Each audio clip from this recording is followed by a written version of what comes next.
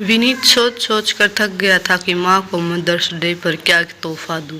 तो उसने पापा से पूछा। पापा हंसकर बोले, एक माँ के लिए दुनिया का सबसे बड़ा तोहफा उसकी औलाद है। तू आ जा बेटा। बेटा अगर नहीं आ सका तो हार्ड डिस्क करके उसका डाटा ही भेज दे। विनीत ने उद्विग्न होकर आंखें मूंद ली और एक ठंडी सांस ली। माँ के लिए उसके मन में जितना प्यार है उतनी ही गुस्सा भी है। आखिर वो क्यों नहीं आई माँ के पास? माँ ही क्यों आए उसकी? माँ क्यों नहीं आती? उसकी पत्नी साइली को भी माँ के पास जाने की बड़ी इच्छा थी। अनाथ आश्रम में जो पली है, उसने भारतीय माँओं की जो कहानी सुनी है उसके अनुसार माँ का चित्र अपनी कल्पना में बनाया हुआ है। उसे कैसे बताए कि उसकी माँ वैसी नहीं है? उसे बोर्डिंग के लिए विदा करके समय भी नहीं, आंखों में एक आंसू नहीं था।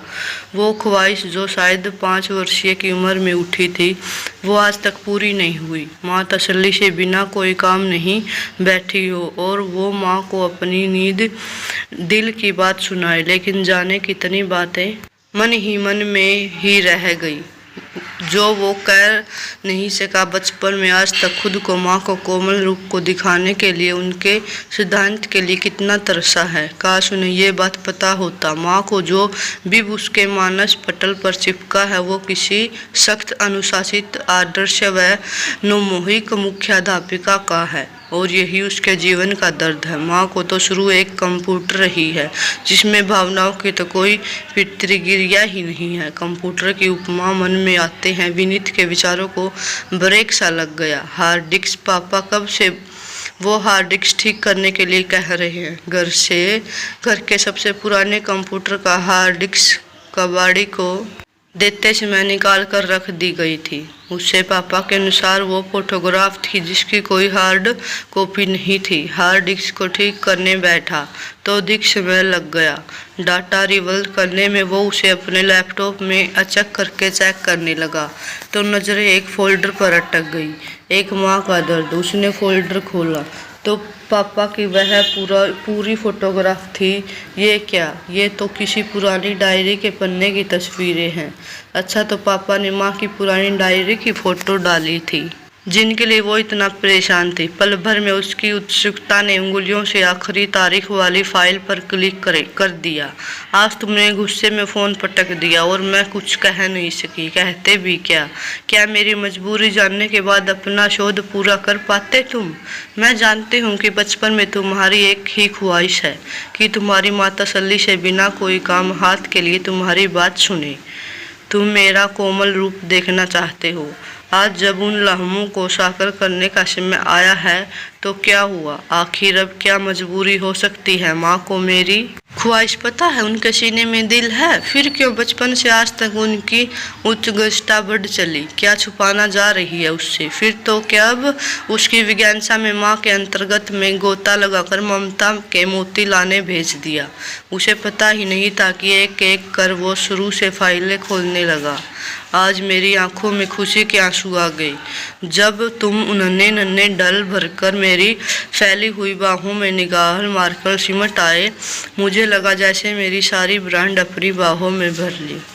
आज रात मुझे नींद नहीं आएगी। कल पहली बार तुम्हें दिन भर के लिए खुद से अलग करना है। पता नहीं कल तुम कैसी प्रतिज्ञा करोगे। 2 साल कब और कैसे बीत गए पता ही नहीं चला। लगता है जैसे कल की बात हो जब मैंने पहली बार उसे भोली सूरत को देखा था जिसके संपर्क में महसूस करके 9 महीने खुश होती रही थी। मैंने डिलीवरी के दिन तक कैसी कैसी तकलीफ़ें झेली पर सारी छुट्टियां बेचारी ताकि तुम्हारे साथ ज़्यादा से ज़्यादा समय बिता सकूं।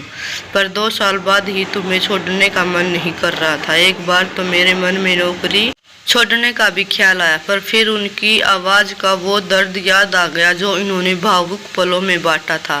पैसे की कमी के कारण मनपसंद करियर न चुन सका, न ही तुम्हारी उज्जवल भविष्य के साथ कोई समझौता नहीं कर सका।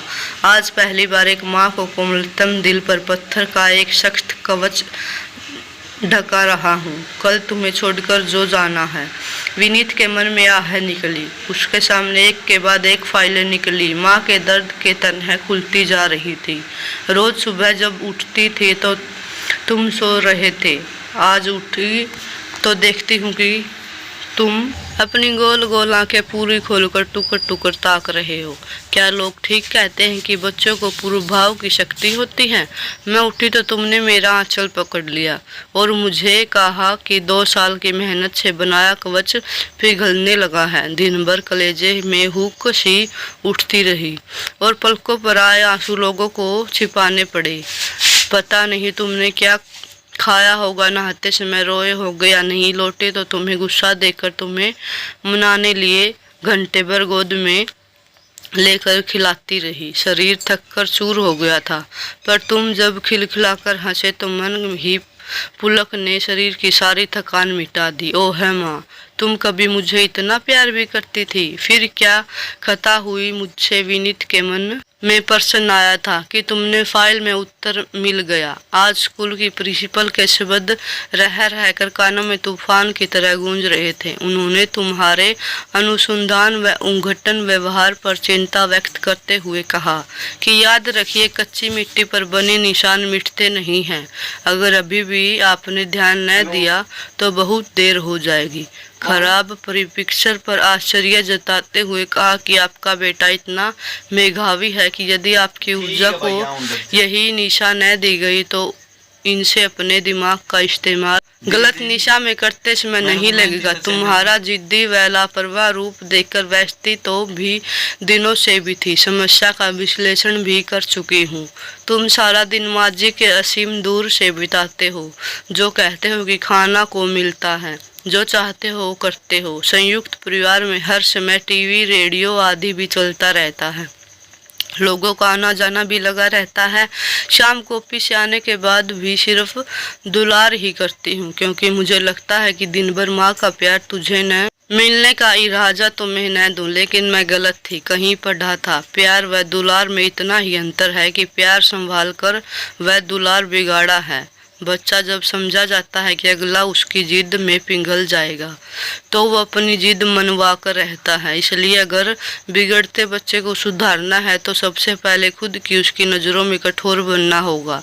वैसे भी निर्मोही माँओं की कमी होती जा रही है। तुम्हारा सुंदर व्यक्तित्व गढ़ते के लिए मुझे खुद को एक सख्त आवरण में कैद करना पड़ेगा। एंडलिया में निर्मुक्त बनना भी पड़ेगा। विनीत की आंखों में 2 पुनीत मोती गिरकर माँ की दर्द से जा मिले। सयाम ही बनी थी तुम इतनी कठोर। इस बोल्डिंग के बारे में सारी जानकारियां एकत्र करके कई संतुष्ट अभिभावकों से घंटे हर पहलू बात करने के बाद आज दिल पर पत्थर रखकर फैसला ले ही लिया कि तुम्हें बोल्डिंग भेजना है। मुझे टाइपिंग के लिए बहुत शोध पत्र मिलने लगे और बोर्डिंग का अतिरिक्त खर्चा नहीं निकल आएगा। विनीत के देखा कि इस पत्र का केवल इतना ही लिखा था कि गोल निशान बने थे जो कागज के गीले हो जाने से बनते हैं। माँ के सूखे हुए आंसुओं को उन बूंदों ने छुपकर एक सिंह सी दौड़ गई जो उस डायरी में पृष्ठ के आवेश की तरह कैद होकर एक युग की कहानी कह रहे थे। उसके दिल में टिप सी उठी। आज तो बोर्डिंग में छोड़कर आई हूँ। तुम्हारे पापा, तुम्हारी दादी सब तुम्हें लिपटा कर रोए, पर मैं पत्थर की तरह खड़ी रही। डर था कि मैं कमजोर पड़ गई तो तुम्हारा क्या होगा। क्या करूं, दिल पत्थर का किए बिना अपने 10 साल के बच्चे को अपने से अलग कैसे कर देती। लोटू हूं तो लग रहा है कि अपने शरीर का कोई टुकड़ा काट कर कहीं और रख दिया है। कोई अंग कट जाता है तभी शायद इतनी तकलीफ होती है जितना तुम्हें खुद से लग करके ही हो रहा है। आंखों में आंसू है, मन में प्रार्थना। मेरे जीवन एक तत्पश्चात है। तुम्हारा एक सफल व सही इंसान बन जाना अभिष्ट वरदान। आज दिल में एक हुक सी उठी है। नींद टूट गई। मुझे लगा कि तुम्हें नींद में रजाई खोल दी है और तुम्हें ठंड लग रही है। यहाँ तक कि तो सारी रात मैं तुम्हें रजाई उड़ाती रहती थी। तुम बोर्डिंग में सबसे पहली बार छुट्टियों में घर आ रहे हो और उस परिवेश से तुम्हें बचाना मेरे लिए सबसे बड़ी चुनौती है, जिसके कारण मुझे तुमसे खुद से दूर करना पड़ा। मुझे पता है कि तुम्हें बड़े हो रहे हो ये उम्र ही ऐसी है। ये याद रखकर वो हर बार तुम्हें छुट्टियों में एक नया परिणाम पत्र लाने को स्टेडियम ज्वाइन करने के लिए प्रेरित करती रही और मैं तुम्हारे अनाड़ी कहकर चुनौती देता रहा। तुम्हारा चयन शोध के लिए अमेरिका भेजे जाने वाली टीम के एक सदस्य के रूप में हो गया। तुम्हारी उस उत्कर्षता अभिलाषा की पूर्ति के लिए की गई मेरी वर्षा तत्परता सफल होगी। ईश्वर तुम्हें हर मनोवांछित सफलता और खुशी दे। मेरी उम्र व मुस्काना तुम्हें मिल जाए और तुम्हारे आंसू मेरी पलकों को दे। मुझे तुम्हारे चुनाव पर नाज है। बड़ी अच्छी लड़की है, साइली कह रही थी कि तुम्हें तो छुट्टियां नहीं मिल सकती, पर यदि हम लोगों को अकेला अमेरिका आने की दिक्कत हो तो वो खुद लेने आ जाएगी। ईश्वर उसे सारी खुशियां दे। पर हमें एक दिक्कत होगी। विनीत के मन में बरसों से जमा दर्द बांसियों की धारा बन बहने लगा था। माँ बाप ने इतनी तैयारियां कर ली थी, फिर क्या हुआ? आज माँ को अपनी मजबूरी ने उन्हें बताती ही होगी। वो उसे हल करके ही रहेगा। फोन लगाया तो उसने चचेरी बहन रावी ने उठाया। माँ को फोन दीजिए। वो तो कैंसर थेरेपी लेने अस्पताल गई है। कैंसर? कब से? विनीत का सवर कम पाने लगा। प्लीज पूरी बात बताओ, क्या तुम्हें कुछ भी पता नहीं है? रावी की आवाज में असंधान के साथ ग्लानित आ गई। तुम्हारी अमेरिका जाने के कुछ दिनों बाद ही चाची को कैंसर होने का पता चला था। अपने शहर में कैंसर के शोध के संवर्धन आयुर्वेदिक अस्पताल में इलाज चल रहा है।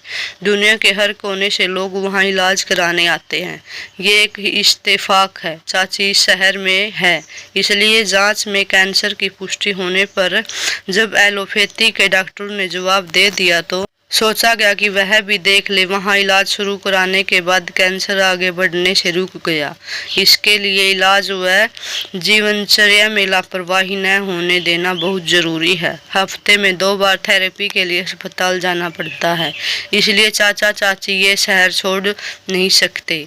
तुम्हें बताने तो तुम शोध छोड़कर आ जाते, इसलिए चाची ने सबको सख्ती से तुम्हें बताने से मना किया था। अब तुम्हारा शोध पूरा हो गया है तो मुझे लगा कि शायद रावी की आवाज भर आई। ओह है माँ। विनीत का दर्द अब पूरी तरह पिघल चुका था। उसके आंखों में सैलाब के सारे बांध तोड़ दिए थे। मेरी हर चाहत तुम्हें पता नहीं थी और मैं तुम्हें एलियंट व निमित्त समझता रहा। मेरी शोध की सफलता पर इतना हंगामा हुआ, जबकि तुमने तो अपनी जिंदगी को ही शोध बना दिया, जिसका विषय था अपने बच्चों को सफल व सुखी कैसे बनाया जाए। और इस शोध की सफलता पर कोई पुरस्कार नहीं है। ये समाचारों की सुर्खियों का विषय नहीं है, इसका कोई जिक्र नहीं है, कोई सेलिब्रेशन तक नहीं। मैं तुम्हारे पास आ रहा हूँ माँ, तुम्हारे शोध की सफलता को सेलिब्रेट करने, उसको पुरस्कार स्वरूप सारी जिंदगी तुम्हारे साथ बिताने मैं आ रहा हूँ।